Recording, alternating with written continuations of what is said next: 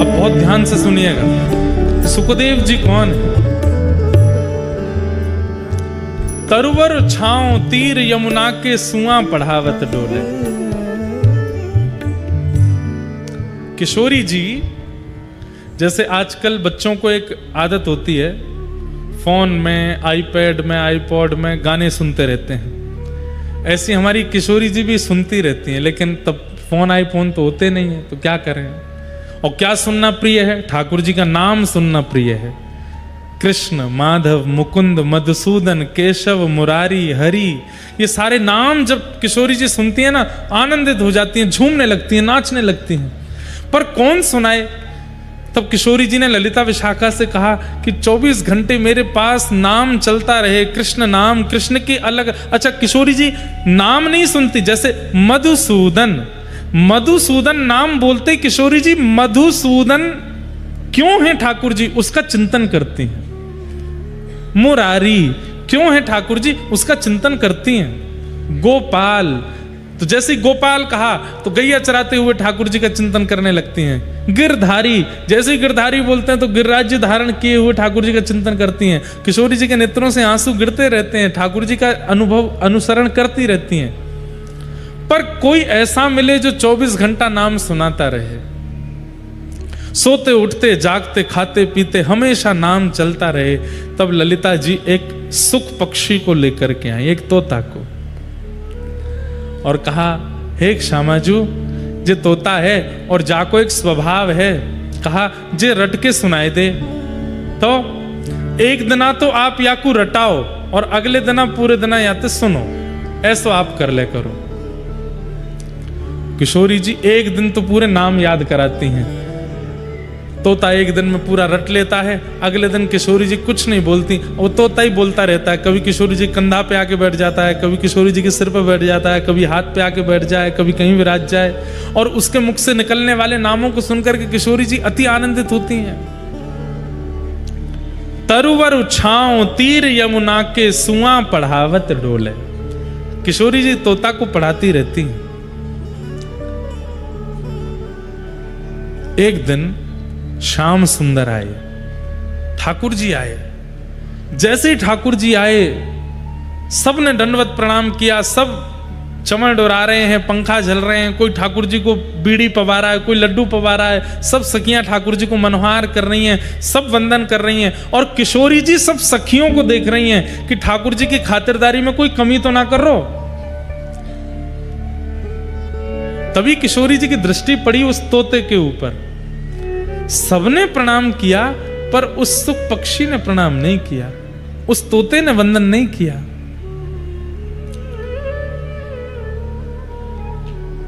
ठाकुर जी जब चले गए, तब किशोरी जी ने उस तोते को बोला, सुनो इधर आओ। फिर से शुरू हो गया, मधुसूदन, मुरारी, मनोहरी, ठाकुर जी के मधुर मधुर नाम सुनाने लगा। बोले नाम मत सुनाओ, ये बताओ, श्याम सुंदर आए थे, सबने प्रणाम किया, तुमने प्रणाम क्यों नहीं किया? सुख पक्षी बोले, वो कौन थे जो आए थे? मैं तो नहीं जानता। अरे वो वही मदन मोहन जिनका तुम नाम बोलते हो। बोले कौन मदन मोहन? मुझे केवल नाम पता है, पर उसका अर्थ नहीं पता, और नामी को मैं जानता नहीं। किशोरी जी बोली, ओह याने रट ली हो बस, जाने ना है। तब किशोरी जी बोली, हे सुख पक्षी, अब मैं तोको तभी स्वीकार करूंगी जब तू जितने नाम गावे, वह नाम गावे वाले नामी को पहचान करके आवेगो, वह के बारे में जान के आवेगो, परिपूर्ण रूप से उनकी पूरी जानकारी। कभी ठाकुर जी की किसी भी गुण, किसी भी स्वभाव, किसी भी कर्म, किसी भी व्यवहार से तुम वंचित ना रहो, सब तुमको पता हो, क्योंकि जो कृष्ण को जाने वो मुझ को प्रिय है। और जब तक तू कृष्ण को जान के नहीं आवेगो, तब तक मैं तुमको स्वीकार नहीं करूंगी। अब जाओ। तब किशोरी जी उत्सुक व्याकुल हो गया, ललिता विशाखा जी के पास गया। किशोरी जी मुंह को दूर कर रही हैं, कोई कृपा करो ना। बोले कृपा का जा करके ठाकुर जी को अनुसंधान करके आ, श्रवण करके आ, सत्संग करके आ, कौन है ठाकुर जी समझ के आ। तब उस सुख ने जाकर के घनघोर तपस्या की, और तप के कारण वही सुख जब अमर कथा सुना रहे हैं देवादिदेव महादेव पार्वती को, वहीं वो सुख पक्षी महादेव के ठीक पीछे प्रकट हुआ और पूरी कथा श्रवण कर रहा है। महादेव ठाकुर जी की एक एक लीला श्रवण करा रहे हैं। ठाकुर जी की बाल लीला सुनाई, गोवर्धन लीला सुनाई। जैसे ही रास लीला सुनाने लगे, रास लीला में रास का प्रसंग आते ही पार्वती जी इतनी उन्मत्त हो गई कथा में कि पार्वती जी को एक नियम दिया था, क्या कि हर 20 मिनट, हर 20 सेकंड में ओम ओम ओम शब्द का उच्चारण करती रहना। क्यों? क्योंकि मैं नेत्र बंद करके कथा सुनाऊंगा, तुम सुन रही हो, इसका मुझे प्रमाण प्राप्त होता रहे। लेकिन रास बिहार की लीला आते ही ऐसी उन्मत्त हो गई पार्वती जी, नृत्य करने लगी। उनको लगने लगा मैं कथा नहीं सुन रही हूं, मैं भी रास बिहार की एक गोपी हूं, मैं भी श्याम सुंदर के साथ में रास कर रही हूं। जैसे ही पार्वती जी रास में प्रविष्ट हो गई, अपने मानसी में ओम शब्द का उच्चारण विस्मृत हो गया। थोड़ी देर जब ओम का उच्चारण नहीं हुआ तो पीछे बैठे तोता ने मन में विचार किया, कथा विक्षिप्त हो जाएगी, कथा यहीं रुक जाएगी अगर ओम शब्द का उच्चारण नहीं हुआ। तो पार्वती जी के स्वर में उस सुख पक्षी ने ओम उच्चारण करना प्रारंभ किया। 7 दिन की कथा पूरी होते ही जैसे ही महादेव ने जय जयकार कराई, पार्वती जी के नेत्र खुले, नेत्र सजल हैं। महादेव बोले, देवी कथा संपन्न हुई। अरे अभी रास हुआ है, रास के बाद में क्या क्या लीलाएं हुई? अभी तो मथुरा लीला, द्वारिका लीला, रुक्मिणी विवाह, कई प्रसंग अभी अधूरे रह गए। महादेव इतनी जल्दी कथा विश्राम मत कीजिए। महादेव बोले, अरे हमने सब सुना दिया, मथुरा लीला भी हो गई, द्वारिका लीला भी हो गई, रुक्मिणी विवाह भी हो गया, सब पूर्ण हो गया, अभी अभी पूरी कथा विश्राम हुई है। पार्वती जी बोली, पर मैं तो रास का ही चिंतन कर रही थी और रास में श्याम सुंदर मेरे साथ नृत्य कर रहे हैं, उसका अनुभव कर रही थी। महादेव बोले, रास में अगर तुम अनुभव कर रही थी, मानसी में रास चल रहा था, तो उस समय मुख से ओम शब्द का उच्चारण तुम्हारे तो नहीं हो रहा था, कौन कर रहा था? जैसे ही देखा तो सुख पक्षी वहां बैठा है। महादेव को क्रोध आ गया और क्रोध के कारण बोले कि तुम्हें व्यासपीठ के पीछे बैठ करके ज्ञान का अर्जन किया है, जो कि शास्त्र निषिद्ध है, इसलिए मैं तुम्हारा वध करूंगा। त्रिशूल लेकर के भागे। सुख पक्षी उड़ता हुआ हिमालय की कंदराओं में पीछे पीछे महादेव जा रहे हैं। तभी वह सुख पक्षी हिमालयों में उड़ता हुआ पहुंच गया कहां? बद्रिकाश्रम, जहां पर श्री वेदव्यास जी महाराज सरस्वती नदी के तट पर विराजमान हैं। वहीं उनकी पत्नी बिट्टिका मुख खोल करके जलपान कर रही थी। छोटे से सुख पक्षी ने तुरंत उनके मुख में से गर्भ में प्रवेश कर लिया और गर्भ में जाकर के विराजमान हुए। 12 वर्ष तक, 9 महीने नहीं, 12 वर्ष तक अपनी मैया के गर्भ में रहे। कौन? श्री शुकाचार्य जी। 7 दिन जो जो कथा में श्रवण किया वेद महादेव से, उसका केवल चिंतन करने लगे। 12 वर्ष बाद श्लोक स्फुटित होने लगे। जब वही शुकाचार्य जी अपने मुख से स्वर में श्लोक गाने लगे, तो विटिका जी वेदव्यास जी के पास गई और बोली, मुझे ऐसा लगता है कि कभी कभी मेरे भीतर से कोई श्लोक उच्चारण कर रहा है। वेदव्यास जी महाराज ने दिव्य दृष्टि डाल करके देखा, अरे देवी, तुम्हारे गर्भ में साक्षात ठाकुर जी की यश कीर्ति को विश्व में फैलाने वाले श्री शुकाचार्य जी हैं। प्रार्थना की, हे गर्भ में विराजमान श्री सुखदेव जी, आप प्रकट होइए और मानव उद्धार कीजिए। सुखदेव जी बोले, मैं जन्म नहीं लूंगा। क्यों? संसार की माया बहुत विचित्र है, मुझे पकड़ लेगी, मैं संसार में नहीं आऊंगा। यदि ठाकुर जी आकर के मुझे आश्वासन दे देंगे कि संसार की माया मुझे नहीं सताएगी, तो ही मेरा अवतरण होगा। ठाकुर जी गर्भ में प्रकट हो गए और प्रकट होकर के कहा, हे सुखदेव जी, भूल गए, आपको किशोरी जी ने भेजा है। मेरे बारे में संपूर्ण जानकारी अर्जन करना और अर्जन करके सब में वितरित करने के लिए आप धराधाम पर आए हो। अपने कार्य की सिद्धि के लिए अब आप जन्म लो। तो वही श्री शुकाचार्य जी महाराज बिटिका मैया के गर्भ से प्रकट हुए। बोलो सुखदेव जी महाराज की जय। लेकिन जन्म लेते ही माता पिता को छोड़ करके चले गए। अब वेदव्यास जी महाराज ने जब भागवत संहिता का निर्माण किया तब मन में विचार किया कि इस भागवत संहिता को ग्रहण करने की योग्यता इस पृथ्वी पर केवल सुखदेव जी में है, मेरे पुत्र में है।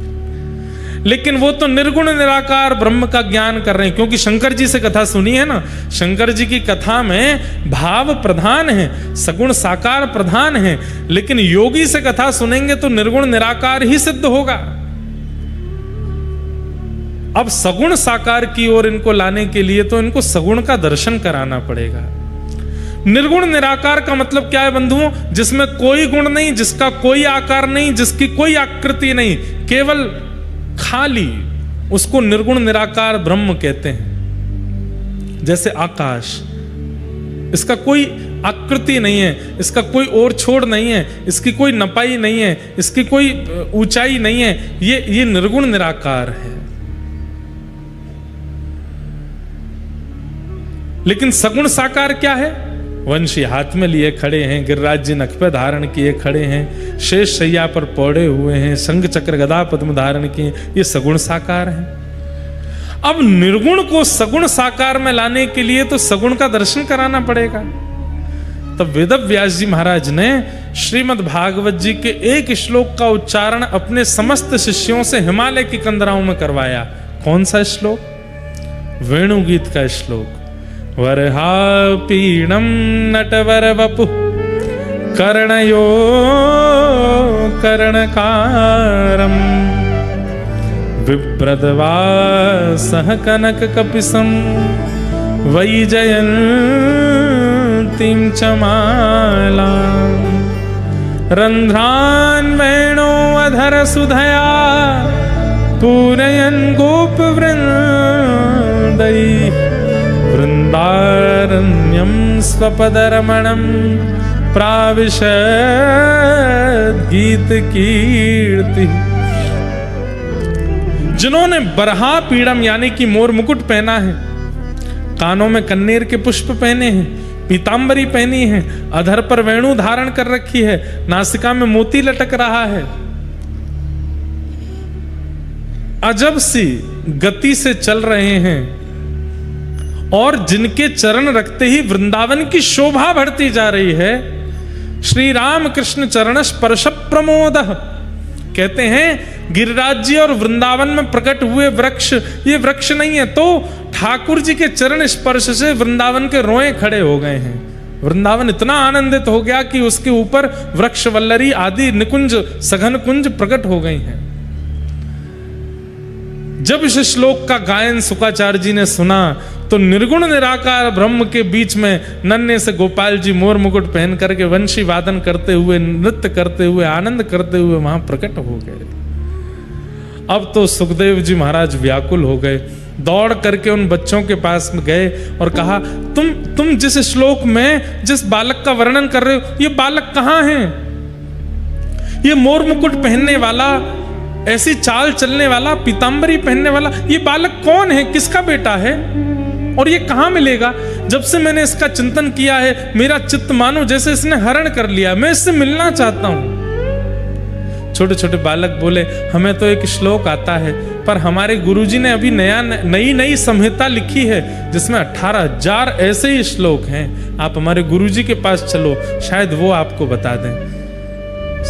शुकाचार्य जी बालकों के साथ आए, जैसे ही देखा तो गुरुजी कोई और नहीं, उनके ही पिता हैं, वेदव्यास हैं। चरणों में गिर गए, पिताजी एक श्लोक ने ऐसी छवि मेरे चित्त में प्रकट कर दी है, मैं जानना चाहता हूं ये कौन है, इनका रूप क्या है, इनका गुण क्या है, इनका लक्षण क्या है, ये मुझे कैसे मिलेंगे, इनकी प्राप्ति मुझे कैसे होगी, कृपा कर मुझे बताओ।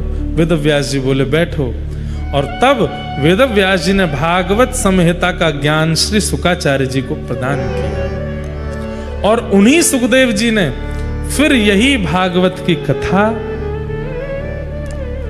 गंगा तट पर बैठे हुए परीक्षित को श्रवण कराई, परीक्षित को श्रवण कराई। इस प्रकार श्रीमद् भागवत जी श्री शुकाचार्य जी को प्राप्त हुई और सुखदेव जी ने जब परीक्षित को सुनाई है, उस समय वही वेदव्यास जी भी यहाँ पर श्रोता बन के बैठे हैं, पराशर मुनि भी श्रोता बन के बैठे हैं, बड़े बड़े ऋषि, बड़े बड़े अमलात्मा, विमलात्मा, शुद्धात्मा सब कथा सुनने के लिए बैठे हैं। और श्री शुकाचार्य जी महाराज परीक्षित को जब कथा सुनाते हैं, वहीं सुन करके सब कृतकृत्य हुए, कृतार्थ हुए, आनंदित हुए। और उसके बाद घर घर में, जन जन में श्रीमद् भागवत जी का प्रचार प्रारंभ हुआ। इस प्रकार भागवत जी सब तक पहुंचे। कहते हैं कि श्री सुखदेव जी महाराज एक कथा सुनाने के बाद अंतर ध्यान हो गए, फिर कहां गए पता नहीं। पर हमारे ब्रजवासी कहते हैं कहां गए? तरुवर छाओ तीर यमुना के, सुआ पढ़ावत डोले। आज भी किशोरी जी के कंधा पर बैठे हैं और अब नाम भी सुनाते हैं, और जो ठाकुर जी का नाम होता है उस नाम के पीछे की कथा भी सुनाते हैं। अब किशोरी जी को शुकाचार्य जी अति प्रिय है। वही सुखदेव जी भागवत जी के बगल में यहाँ उनका एक स्वरूप विराजमान है। ये भागवत के प्रमुख श्रोता हैं, प्रमुख वक्ता हैं। एक और बात, तोते का स्वभाव होता है जिस फल में मुख लगाता है उसको मीठा कर देता है, सबको खाने योग्य बना देता है। सुखदेव जी के स्वरूप से वक्ता को सीखना चाहिए कि जो विषय, जो प्रश्न, जो जिज्ञासा तुम्हारे सामने आवे वो फल है, वो चाहे जैसी हो, उसको अमृत बना करके, उसको मीठी बना करके परोस दो, सबको प्रदान कर दो। अब पूछने वाले लोग कुछ भी पूछते हैं, विचित्र विचित्र प्रश्न करते हैं, पर व्यास मंच से उसका समाधान ऐसा होना चाहिए कि सुनने वाले को ऐसा लगे कि आहा कितना मीठा मीठा भाव कह दिया, कितना प्रेम से समझा दिया, चित्त में उतार दिया। ऐसा तभी होगा जब वक्ता स्वयं को सुख मान करके वक्ता व्यास मंच पर बैठे, सामने आए हुए हर प्रसंग को रसमय बना करके परोस दे। ये वक्ता का लक्षण हो, ये हमें सुखदेव जी से सीखना चाहिए। ऐसे श्री शुकाचार्य जी को, सुखदेव जी को हम बारंबार प्रणाम करते हैं। परीक्षित को 7 दिन में कथा सुननी क्यों पड़ी? ऐसा क्या हुआ जिसके कारण परीक्षित ने 7 दिन तक कथा सुनी? तब यहां से महाभारत का प्रसंग प्रारंभ हुआ। यदा मृधे कौरव संजयानाम वीरेस्वथो वीर गतिम गतेषु व्रकोदरा विग्ध गदा विमर्श भ्रग्नोरुदंडे धृतराष्ट्र पुत्रे। महाभारत का युद्ध अपने अंतिम पड़ाव पर था, लेकिन अंतिम बाजी में पांडव युद्ध जीत गए, कौरव हार गए। पर कौरवों के मुखिया दुर्योधन ने गुरुपुत्र अश्वत्थामा को कह दिया, अगर हम सिंहासन पर नहीं बैठ पाए तो ये पांडव भी नहीं बैठने चाहिए। रणभूमि में तो हम इनका कुछ नहीं बिगाड़ पाए, सोते हुए 5 पांडवों को मार दो। बंधुओं एक बात बताएं, व्यक्ति के चित्त में भक्ति नहीं है इसीलिए दया प्रकट नहीं होती। भक्ति दया का स्रोत है। अगर किसी के चित्त में दया है तो इसका मतलब भक्ति विराजमान है। और कोई बहुत भक्ति करता है लेकिन दया के नाम पर बिल्कुल शून्य है, इसका मतलब केवल आडंबर कर रहा है, कोरा। भक्ति नहीं है उसके चित्त में, क्योंकि भक्ति होगी तो दया प्रकट करेगी। उदयपुर के एक राजा थे। उन राजा के एक सेनापति, नाम मुझे स्मृति में नहीं, वक्तमाल में कथा आती है उनकी।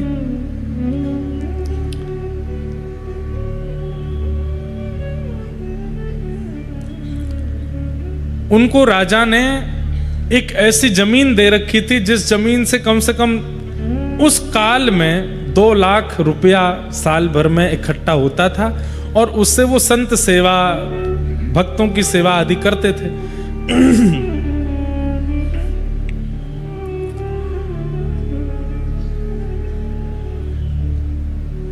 लेकिन उनके चित्त में शिकार की इच्छा अभी भी प्रकट होती थी, और राजा जब जब शिकार खेलने के लिए जाता था तो वो उदयपुर का व्यक्ति राजा के साथ जरूर जाता था,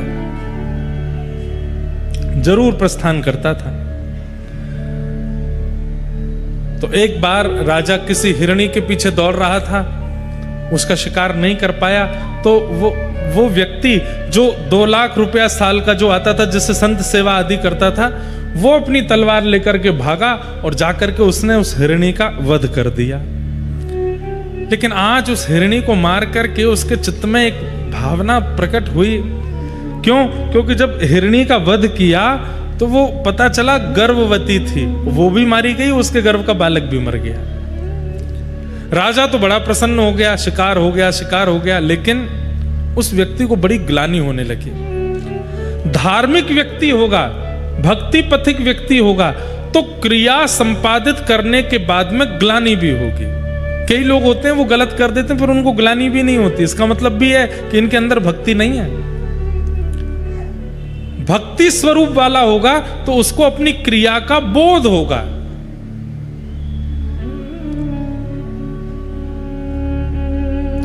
एक प्रकार से मैं कह दूं, अपने पूर्व के किए हुए कर्मों की ग्लानि होना, इस बात का प्रमाण है कि ठाकुर जी ने अवसर दिया है कि अब चाहो तो आप बदल सकते हो, अब चाहो तो आप सुधर सकते हो, क्योंकि ग्लानि हो रही है चित्त में। पर ग्लानि के बाद में रोते रहना, बिल्कुल निर्बल हो जाना, ये मैंने क्या कर दिया, बस उसी चिंतन में ही पूरा समय व्यतीत करना, वो प्रिय नहीं है ठाकुर जी को। ठाकुर जी कहते आज ग्लानि हुई, कल से ही उस पर काम करना शुरू करो। मैंने जो किया अब मैं दोबारा नहीं करूंगा, इसका प्रायश्चित जो होगा वो करूंगा। उससे ठाकुर जी प्रसन्न रहते हैं। पर ग्लानि से महीनों तक, आजकल क्या होता है, ये डिप्रेशन पहले नहीं होता था, अब होने लगा। क्यों?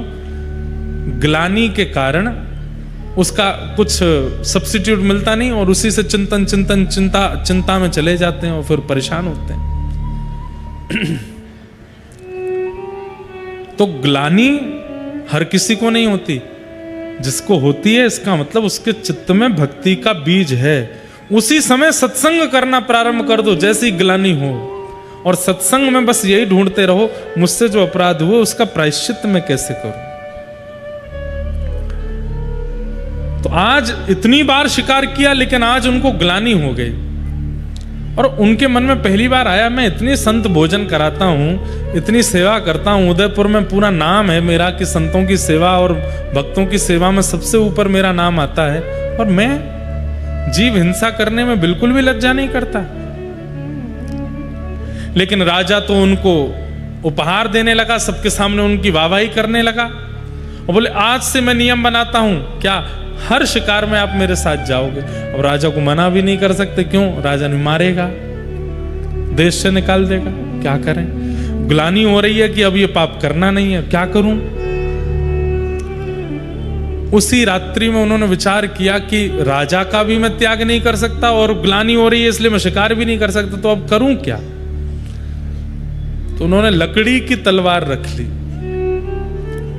इससे तो कोई मरेगा ही नहीं, तलवार पास रही आएगी, शिकार जब हुआ करेगा इन्हीं लोगों को आगे रखा करूंगा, अपने घोड़े को पीछे रखा करूंगा, तो शिकार में मेरी सहभागिता भी नहीं होगी। और कभी मन का कुछ पता नहीं है, इतने शिकार किए, कभी अगर मन हो गया शिकार करने का, वन में, बीच वन में जाके, तो तलवार निकालूंगा, तो लकड़ी की तलवार देख करके अपने आप याद आएगा कि नहीं, ये तो मैंने नियम लिया है, करना नहीं है।